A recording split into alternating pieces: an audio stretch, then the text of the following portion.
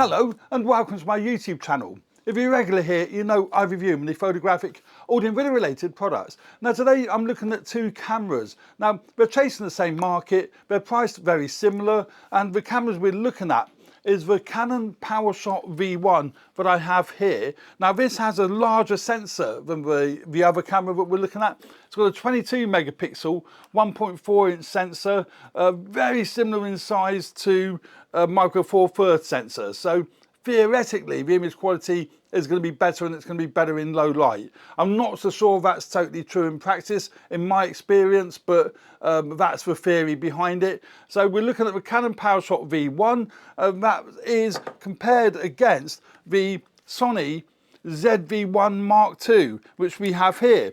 Now this has a 20 megapixel 1 inch sensor, so a little bit smaller, but it's neither here. In real terms, practical terms, 22 compared to 20 is neither here nor there, so I wouldn't worry too much about that. But this has got the smaller 1 inch sensor, so not quite so good in low light. Also, the bokeh theoretically should be better on the Canon Powershot V1-II because of a bigger sensor, but this has a better aperture range on the ZV1-II. So the bokeh is going to be very similar between the two cameras. Neither of them are designed for doing portraits, so they're not really bokeh cameras. They're more travel friendly, vlogging style cameras, because they are video focused style cameras. So that's a little ZV1-II. Now the first thing I noticed when I compared these two cameras, and a real big thing, is compact size. The ZV1-II is really compact. I mean, it's superb. I love its compact size, really nicely made, very, very well made, and that fits very nicely into a small camera pouch that I put on my belt. So that slits in there with plenty of room to spare. I love it, really, really good. Whereas the Canon Powershot V1 is a lot fatter, and it's fatter because it has a built-in fan for dissipating the heat when you're doing video recording. So you can see it's a very video-centric camera, but that needs to go in a bigger pouch, a much bigger pouch. It does fit on my belt, but it's really quite bulky, but that fits in that pouch like a glove, so that's actually a decent pouch for it. But yeah, that's one big difference, is the size. The ZV1-II is a lot thinner. It's smaller all round actually. It's not just thinner, it's actually not so deep, it's not so fat. It's just a much more compact camera. So if compact size is really important to you, and you're not sacrificing really much in the way of image quality, then the ZV1-II would definitely be the one to go for.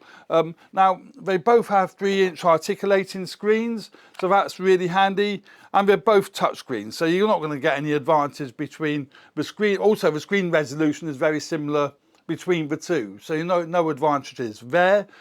Neither of them have a viewfinder, so you're not going to have any advantages there either. Both of them have no video record limit.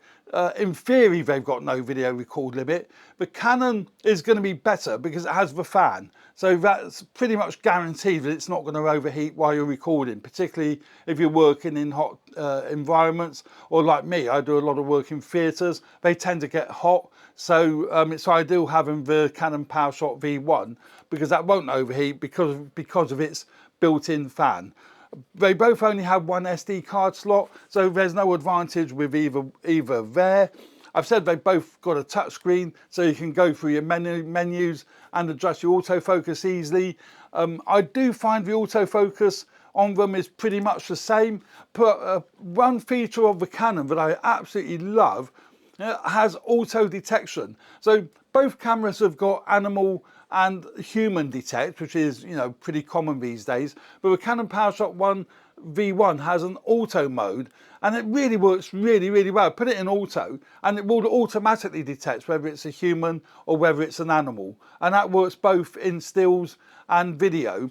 Also the V1 is better ergonomically because it has got the mode dial for quickly switching between manual, aperture priority, shutter priority, whatever mode that you want to use, and it has got the switch to switch between photography and stills. So I find using the V1 is a lot nicer than using the ZV1. I say a lot nicer. It's just quicker to get to the different functions. It's also got a command dial around the lens, so you can actually adjust the aperture or shutter quality, whatever you want, using the V1, where the Sony is a lot fiddlier to get to these settings. Now, it has no command dial around the lens because there's no room for it, and there's no command dial on the top. It's all menu driven, so you have to go through the menu to get to your different settings. I find that a little bit annoying. It's a lot quicker using the V1s, particularly when you're out and about. So I prefer the V1 certainly for ergonomics, and also, as I say, with having the fan, it definitely isn't going to overheat when you're doing long form video content. While we're on the subject of video, the Canon V1 has got your mic jack and your headphone jacks on the side of the camera. So you've got here just your headphone jack and mic jacks on the side there. Also your HDMI and USB-C ports are on the side there. Where the Sony ZV1 has got a mic jack, so you can feed the sound into it, but it has no headphone jacks. It's got your 3 ports down the side there. Obviously USB-C as well for power delivery and charging. The Canon V1 has the same USB-C port for power delivery and charging. So again, if you're doing video and audio is really important, the V1 is going to be a better option because you can plug headphones straight into the V1 for monitoring your sound. Battery life is better on the Canon V1, quite considerably better. It's got a larger battery. That's the size battery of the Canon V1. It's the LPE17, where the little Sony has their little BX1 battery, so it's quite a bit smaller than what the LP17 battery is. So you can see there's quite a big difference in size between the 2 batteries. So if you are only taking out a couple of batteries, then you're going to get more photographs and more video with a V1 than you are with a Sony. But all I would say to that is just put in your pocket a couple of extra little BX1 batteries. They're really thin and they're really tiny, so you wouldn't even know you've got them in your pocket. So I don't really see that as a big issue, but it may be an issue. If you're only using one battery, the V1 will last longer on one battery than what the Sony ZV1 does. So there we go. That's some major differences between the Canon Powershot V1 and the Sony ZV1-II. I think image quality is going to be very similar between the two, but the Canon Powershot V1 has got the larger sensor. So in certain circumstances, particularly in low light, you are going to get better photographs and better video with the Canon Powershot V1, but it's not so compact. So it won't fit in a tiny little pouch like this pouch. For the ZV1, that fits on me about beautifully. So swings and roundabouts really as to which one is the best one to go for. I'm enjoying using both. I shall keep the Canon V1-II. I'm not so sure about the ZV1-II. It's just I'm doing a lot of work now in theatres, and I do require that long form video content, and I can't run the risk of a camera overheating. And the fact that the V1 has got a headphone jack on the side where the ZV1-II hasn't, I don't have to worry about other audio components. So I do find that better, and also the fact that it is much easier to work with because it is all manual controls. You've got the mode dial, as I said earlier, and the switch between photo and video. It's a really quick and easy compact camera for switching between stills and video if you are a hybrid shooter. So there we go.